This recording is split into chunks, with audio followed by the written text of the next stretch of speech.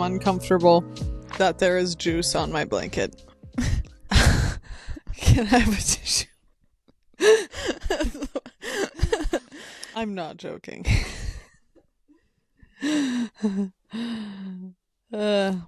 Well, thankfully I have such a good twin that will get up at my beck and call. Why, thank you, friend.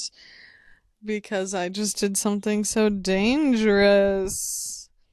Living on the edge to open a sparkling beverage. Well, happy December, everybody. Welcome back to the Q&R Code podcast with Quinn and Riley joining today, just a mere meter stick apart. About 2 yards, I would conjecture. Guys, how much fun was last week's episode with Haley Fitzgerald? Quinn and I loved doing that interview so much, and just getting to chat with her was so easy and fun, and you know that Quinn and I have been seeking, craving, doing a lot of learning recently, and I felt like Haley is another case for that just made me really excited, not only about the horsemanship space and equine, but just getting after it sort of mentality. It's the line I walk where I don't love grind culture, you guys know. I don't like the feeling of like putting so much pressure on yourself that you get ground to a pulp, but I do believe in setting high expectations for yourself and knowing where are my boundaries of what's not being kind to myself and what's just like pushing myself and striving for growth and challenge. I completely agree. We had an excellent guest episode that was so much fun, and thank you all for the love on it as per usual. A little thank you, because you know that we appreciate every listen, every follow, every review. So if you're here listening and you haven't followed or left us a review, we would love that. Or you could subscribe to our YouTube channel, would be amazing as well, which is youtube.com/@the Q&R Code. But we did have such a great conversation, and I think it's helpful because it does set the stage for a good conversation when you're very like-minded and similarly passionate in life in general and about the same stuff.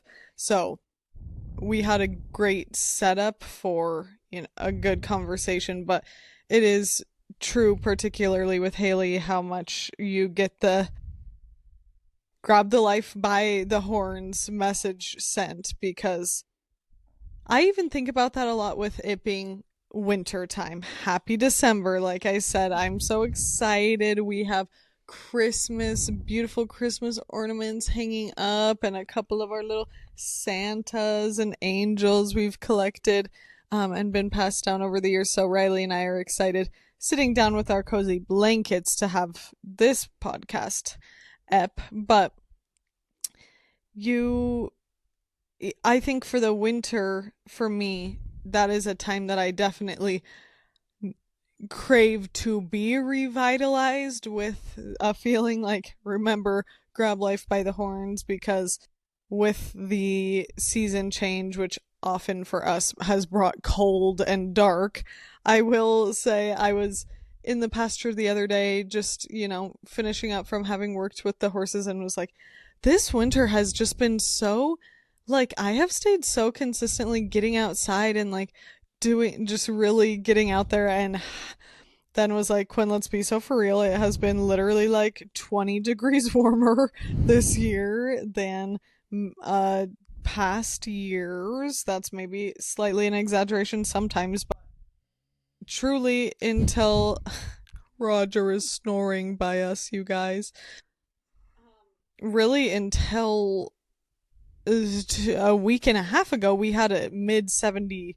degree day. So I was like, Quinn, yes, I am proud of myself because I'm keeping keeping this internal fire burning, and also so is the sun. And like, but we've been getting out there and after it even when it's dark outside, and that has been a big challenge for me in certain ways in the past, is the feeling of the early darkness can make accomplishing goals a little harder. But I don't know. I am riding this wave of my revitalization that I think came along right about when I visited Riley with my mom in Charlottesville and had our girls' trip a month and a half ago.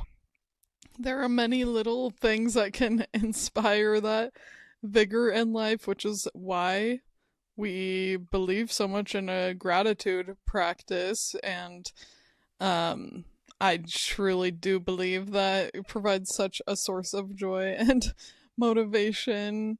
I just have been in a moment, I think, uplifted by my twin and other passionate people around me. And it seems to be a lot of women, I feel like, in the horse space are pretty great about, uh, and I didn't want to use the word preaching, promoting mindset and tapping into that, because I think you know how miserable it can be when you have that level of responsibility and physical labor and risk. All of those factors. You know how miserable it can be. Well, if you just allow yourself to let things feel like a burden on you instead of your choice, like Yeah. I'm doing this because this is the dream life that I want to live, or that I connect with this in whatever way that you just wear your feelings heavy. I know I am a sensitive person that does that. Sometimes it just takes that keying in and being like, this is hard work. I choose. And that is the vibe our whole house. We have been trying to just breathe, regulate our nervous systems, be in the present moment, and take things as they come, with all of the 3 dogs in the household on top of everything else. But there's been a lot of change and transition for the animals, asked of them frequently, and we are all taking it in stride. I'm really proud of us. It definitely makes you feel like you have to be fully on and in that training mode. So I've been thinking about a dance teacher that used to talk to us about how you need to have like 100% energy in dance all the time, but you can find where you need to put that effort and where you don't. And when there's somewhere that you don't need to be holding effort, you should release that. And I think that is a broader metaphor that I'm trying to think about in my life. Where can we afford to have the give and take? I know I can't put 100% of myself everywhere, but I think you can have high expectations for yourself that you will rise to. Something about horse girls and horse people that not all of them, but I think a practice that is practiced often with horses, people know how therapeutic those relationships can be, and something I feel very much that I've tuned into just like in a whole new way since my Ty Evans mulemanship clinic, is just truly living presently in that moment, because I really feel it. And I've known this stuff, but this is why something like a continued education clinic like that for us, it's so important, because there are always like new takeaways. And even though I knew before, be present in this moment with my horse, I just have really been able to harness that so much better this past month. Like I have felt so, I've been working so consistently with the equine in our different ways. Of course, I'm with them every day, but I've been really making sure to have true present time, whether it is really training focused or more just our relationship focused. But I think that why horse people have kind of that superpower of handling so much. Like, there's so much responsibility, and it's such a busy life, and you have to work so hard for it, and be feeling so also like at peace in so many ways in life is because of working so diligently on being in the present and trying to let yourself actually sink into and breathe deep in that moment. And so I really feel like, even though I've been in some ways spending more time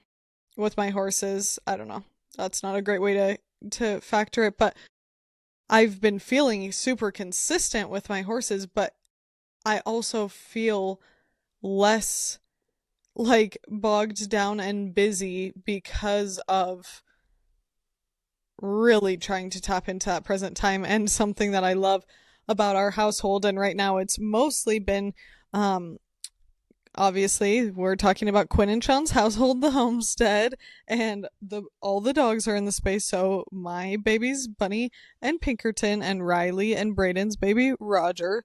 So 4 humans now. There's actually 6 humans. But what I was saying, oh, I just feel like as a household collective, we're doing such a great job of like just having really like grounding our bodies and being intentional about that, and taking lots of deep breaths, and we're doing them separately, doing them together, and just like noticing the energy that our bodies are exuding, because we have more power over the dogs than like new people walking in or strangers walking into the house. And we have been just really trying to like harness and ground and settle the energy for them to trust us and trust that the situation is okay, which has positively grounded us all, the humans in this space, you know. Mm-hmm. That's what's so cool and interesting about tapping more into animal behavior, plant life, understanding the big picture.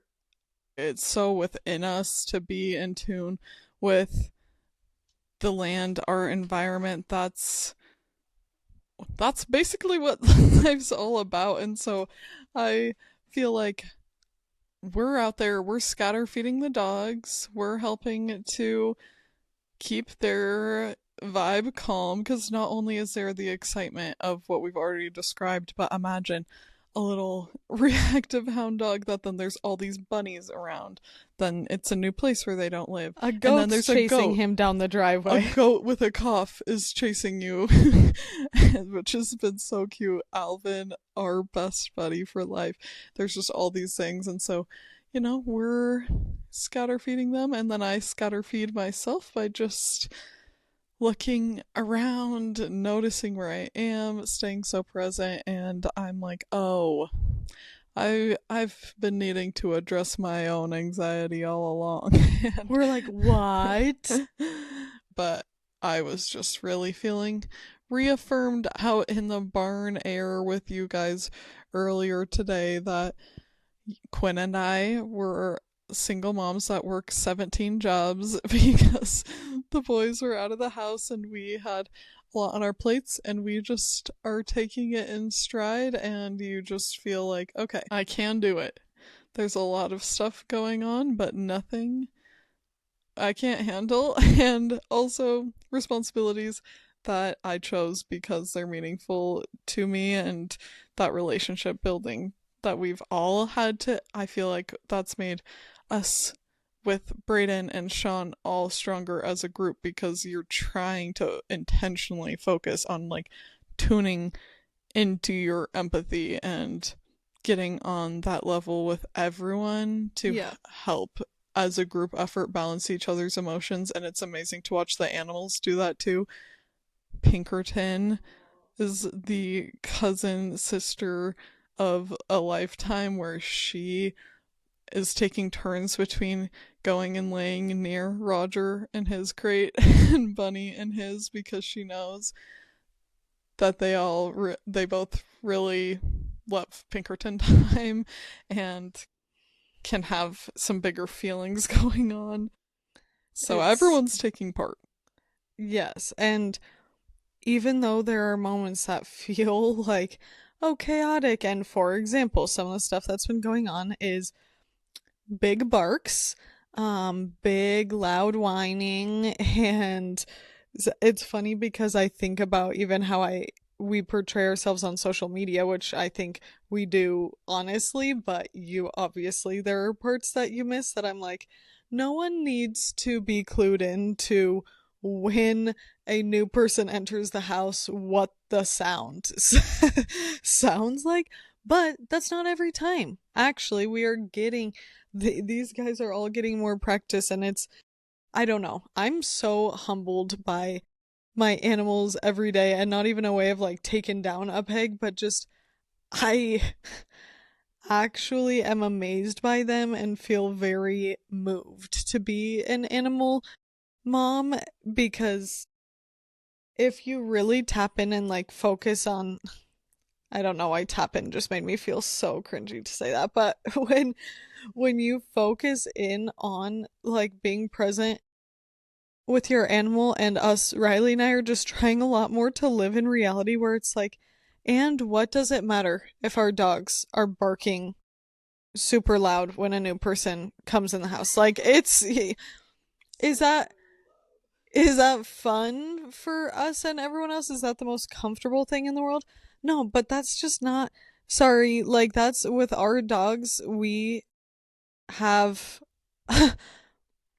such a spread of feelings and coping capabilities among the different animals, and it just is the way it is that for us integrating our lives, like it's just going to be give and take and managing a bunch of different beings, emotions, and well-being together in a shared space. And I think like something that Sailor Jerry, our dog trainer extraordinaire that we have, Riley and I have both taken sessions with virtually. I saw she had come to Red Rocks for a rave, and she basically made the analogy on her Instagram about her feeling pretty immediately overstimulated because several people get in the truck and they're playing loud music and there's lots of excitement and conversation, and that she decided like, I am going to go to my hotel room early. I am going to turn in early and have solo time, and then have my solo morning time before I meet up with my friends to then be able to really give it my all again, having a fun show at Red Rocks and being the best version of myself.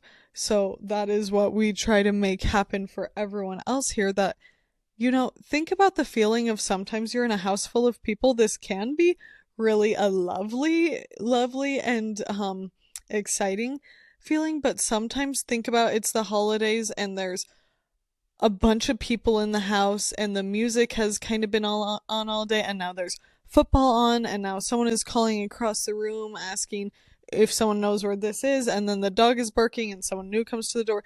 Like, as much overstimulation as that is for us as Mm-hmm. humans to take on, it is for the animals to take on. So I'm really proud of us and grateful that we have had, like, I don't want to say harder cases with dogs because I don't necessarily think it's not exactly the way to label it that we've had harder cases, but we just have A big life. a big life with a lot of moving parts that, like, with our dogs, it's just not like some people's life with their dogs, that they are just, running up to the door and new people come in and it's a little more willy nilly. We just have different um, boundaries and needs in place for everyone's happiness and sanity, human and other being Mm-hmm. wise. But progress shows over time so much. Like, I think it's so gratifying because we are very persistent with it. But I'll have you guys know, as we're sitting here recording, my hound dog, who is in a crate, had the cat who has been having him keyed up. I'm not saying it's her fault whatsoever. He has Very high, sensitive feeling. yeah, high arousal around critters like, squirrels, bunnies, kitties, other dogs. He's sensitive to that stuff. Deer, People, people, a shadow, statues. balloons, kind of most things. He's just Imagine not having a lot of confidence yeah. and feeling like that a Just lot. kind of feeling like But- you're looking behind you all the time because the world is out to get you. But we have worked on confidence building Very and much. just having a cat jump over the little fence, scamper in front of him. Not a sound. He didn't get up.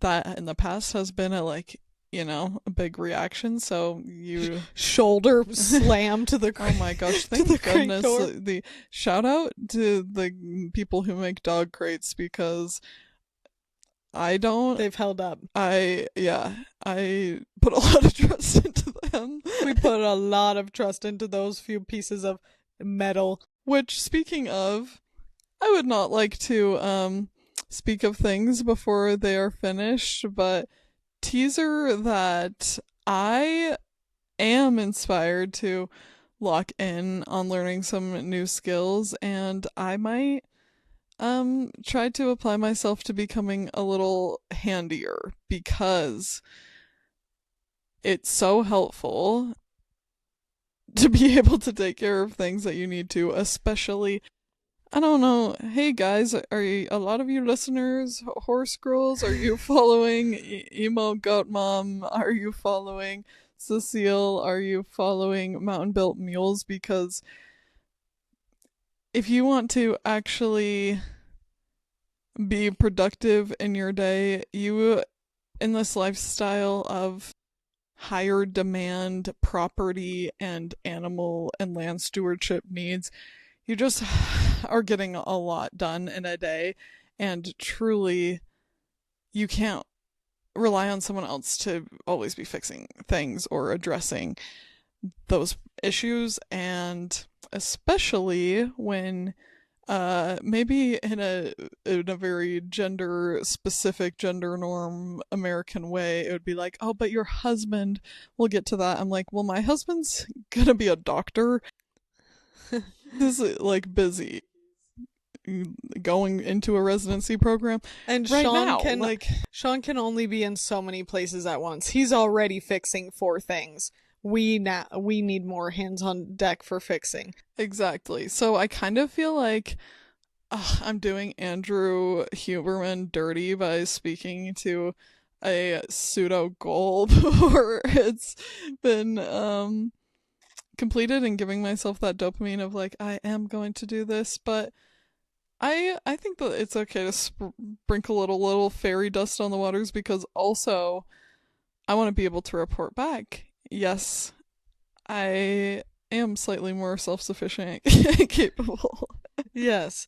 See, I think that's great, and you don't need to give people your exact specifics. I think there's a way. Haley, girl, you might as well have just been a part of this episode too with how much we're name dropping. But Haley we're stoked on it. with the Mongol Derby, she spoke to it before it happened, much before it happened. She had to be able to make that goal happen for herself because she needed support to get there, and she really did have to speak it into existence. Yeah. So I think that is a very worthwhile thing to keep in mind, and especially if you're someone who has had a lot of history of talking a big talk but then having a hard time actually owning it and seeing it to fruition, because then you're lacking the trust in yourself and you're not really actually inspiring change. But I think for someone like you, I'm not saying you're perfect, but you do a very it's crazy. I'm not But saying she might as well. I might as well. But you are good at keeping your word to yourself. So I think sprinkling a little something in there. We support you, Riley, and we believe in you. And we also believe in if you pivot and you say, oh, I'm helping. Riley also is going to help us on the homestead by being very adept in fiber arts. Yeah, I'm truly starting from the bottom, but you know what is such a huge leg up is as kids we spent a lot of time doing projects and crafty stuff, and guess what? Not Making on sailboats with. screens. People are like, "Oh my gosh, you're so good at baking." It's like, but I that was Yeah, I an didn't only do Cooking Mama on my yeah, Nintendo. that was an activity I did as a kid, and we did arts and crafts. And sometimes I felt like, oh, but I haven't really pursued this very much.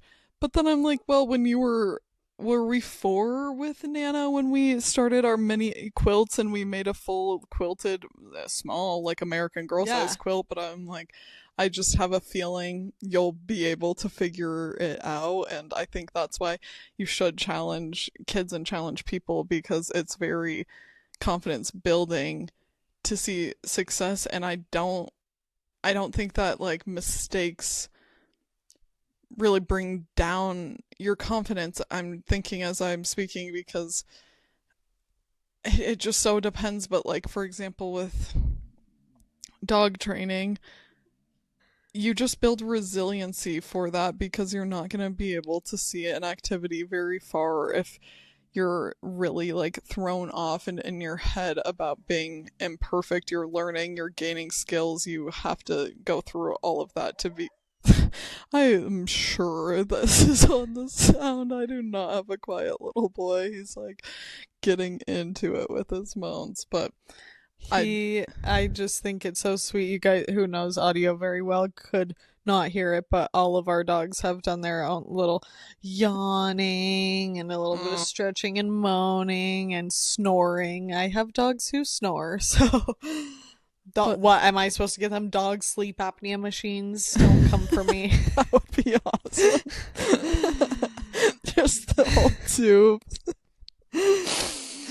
The Yeah, elephant trunk. it's actually so cute to see all of them lined up, dink, dink, dink on their spots, relaxing, sleeping, and That's one of the biggest joys of dogs is having a tired dog. Like, oh, there is nothing like a dog that is just ready to, for hours, go down to after dinner, nap. Oh, just after good dinner when they're gonna tuck night. in and just And then Bunny's like, oh, I'm just a baby still. Oh, what do I need? I don't know. You don't know. But I'm gonna bite my Achilles tendon for on 10x speed for the next 15 minutes if you don't do something with me. Quinn and I had a doggy daycare sleepover last night because for fun, Quinn and I like a cozy couch sleepover moment, and we got to hear a beautiful symphony of elk bugling last night. Quinn's herd. Yeah, Quinn's My herd of herd. elk. The Were herd of elk that I shepherd, yes. yes. You know them. Oh my gosh. That would be crazy. Baller, dude. Quinn's like, yeah, I have a couple of equine, like 75 head of elk. Because I'm telling you, it's a big herd that moves through here. And it was so fun to hear the bugles. But Raj would just start, rolling a small growl. I'm like, dude, it's all right. But it's that's something that we got to grow up with, hearing those sounds and hearing a coyote. Some people, the bane of their existence is hearing coyotes. I'm so lucky that we hear, seriously, like mostly every night throughout the year, we hear packs of coyotes. Like, it's actually crazy how often we hear them yipping. And I probably shouldn't even be saying this out loud, but they have never come over, like, into our true. They've all, many times they're surrounding our property, but never have come into it to a point where they've been a threat to my chickens or something. So I am feeling so grateful about that, and I like hearing that yip yip yip Me because I too. just like hearing animal sounds. Um, I will say the raccoon is needing to be rehomed, and Count your days. It's been nice because we have had too much to do to go get a live trap, but they are very interested in our compost.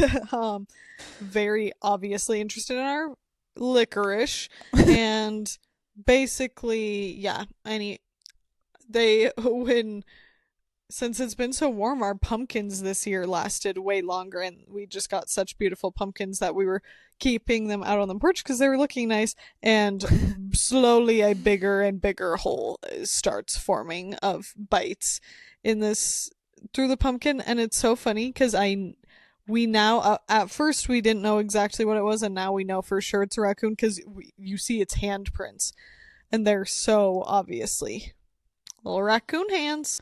Do you ever see antelope out here or not really? Not not on my property. Yeah, but around the Denver area, because of course in Laramie you see so many Yeah, little that's why herds. I'm trying to think of how close I guess just going more out into the mountains is where we've seen them, but not ever this close. I love antelope. I mean, I love animals. Which, by the way, did you see that post with the owls that were camouflaged? And it's like, find the owl. There was like 8 slides I think I sent you. No. So crazy cool how effective their feathers are as. I'm telling you. Firsthand, I've been standing next to a tree and looking into the tree and literally looking, searching for an owl and don't see it until it flies away. It is crazy. And gosh, that is so cool. That is literally like it blows my mind. Camouflage is so cool. Natural camouflage, the earth. I just love it. I don't know if this is so wrong for me to even ask, but like, do owls have Predators? predators, or is the camouflage so that they can be better predators and they can sit there looking, finding little birds and mice and stuff, and then take off without anyone noticing? And they also have like the silent wing flaps, so maybe it's I just think it's their because they're ultra excellent predator. predators, but I do think little owls have predators, but probably a certain size. You'd have to have a real jacked up eagle to go for a nice great horned owl, but I don't know. My gosh. You know who we should ask? Robert Irwin, our next podcast guest. Yeah, And we wanted to insert this moment right now. hey, Robbie is I'm on his way. speak it into existence, because I think that would be an We absolutely cannot wait to host him. We have incredible. so many questions. I have so much to talk about. Dance, wildlife biology, need I say more? Just all around good people stuff. Congratulations, Robert and Whitney, on the win. That is huge, and I just think that they're so deserving. Who doesn't love Robert Irwin and Steve Irwin and that family? Yeah, seems like solid people, and I'm happy for them. Quinn and I have also always loved Whitney as a Yeah. choreographer, and I think she is really good at training her stars. Of course, you guys already know, we have been eating delicious food since we've been together. Special shout out to Chef Bray. He's been really the kitchen. Cooking with grease. Yes, and cooking with taste. Yes. And, we collaborated for our feast. We had a gratitude feast, Quinn and I, as per usual, as one might guess, for not resonating with the traditional connotations of the Thanksgiving holiday, but we really do believe in and appreciate coming together with community, having gratitude, Expressing gratitude. expressing too. it together, having that shared like goal and purpose of that meal, like honoring that and honoring your food and your ingredients, and just trying to come from that intention. And talk about women holding themselves to high standards. We did a couple Martha recipes for our baking project. We did 2 pies. I had planned 3, and it was one of those things that as we're making like sourdough rolls and the multiple other pies and whatnot, we were like, you know what? Maybe in a few days we'll go down that path and we'll just start here. But I am a big fan of the pumpkin pie recipe we used. Me too.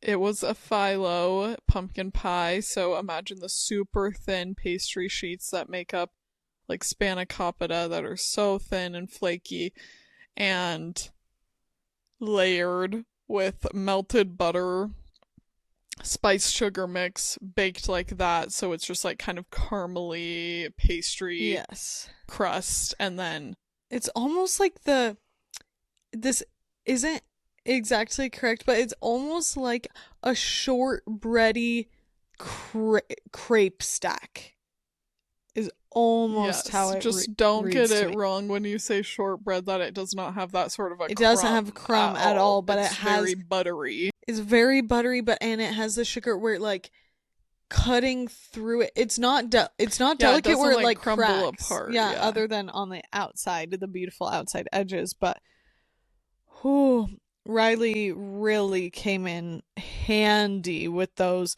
pies, and nevertheless, she persisted when it came time to bake 2 pies at the same time, and I do not have a pie pan, and Riley did have to be creative and used a square dish, so we did have a square apple pie, and guess what? That did not affect anything negatively whatsoever.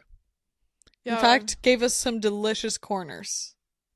I made a pate brisée, which is like a butter water crust for the apple pie, and we used our local Virginia apples that we hauled out this direction. Um, I was partial to the pumpkin pie. The apple pie was good. I don't know, this pumpkin pie. I'm not always, maybe it's because I'm not always such a pumpkin pie girl. I often for a pumpkin pie, cheesecake, that sort of texture pie usually would not be my first choice over a fruit pie. But this time, it was hitting all the right notes for me. And it was with 5 spice, Martha's recipe. So that was really yummy. As kind of the star anise, clove, cinnamon, I think are all in there. Which Riley took liberty as she does with the recipe, and though she, for her Martha and Me series, wants to be following them, she did add additional seasoning, which thank goodness, because it definitely needed. Some people are afraid of spices, and we aren't those people. I definitely, there's a point of overdoing it for sure, but like, I am not afraid to taste the cloves, taste the cinnamon, taste the nutmeg. Like, I want that. As we know, I want nutmeg at the steamer bar at every cafe. Like, Yeah. something that I just want to note that came to mind was it's funny as we grow up in this little Gen Z millennial combo that we are, slightly more leaning Gen Z, right? I think we're more Gen Z, but we're raised with a millennial brother and very still in that sphere as well.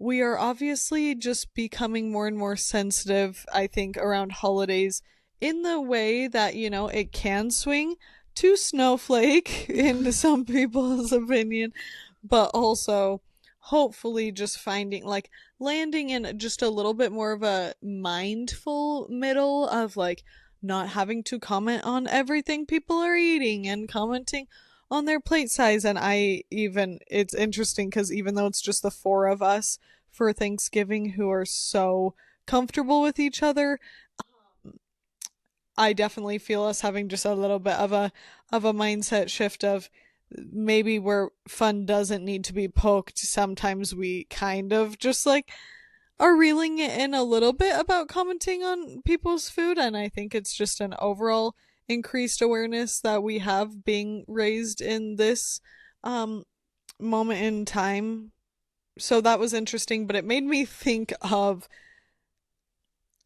our episode with Haley.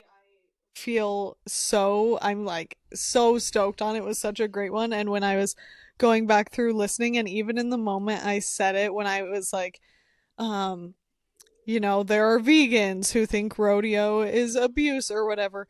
It's so hard for me to, in a moment like that, like my digesting that I was saying that to the world, as you guys know, Riley and I have felt on the Q&R code, it can be so hard to know and just like let it be that your words are going to enter the public sphere that anyone can hear Mm-hmm. without being like, wait, pause, this is me coming in, editing this with the nuance that I feel about it.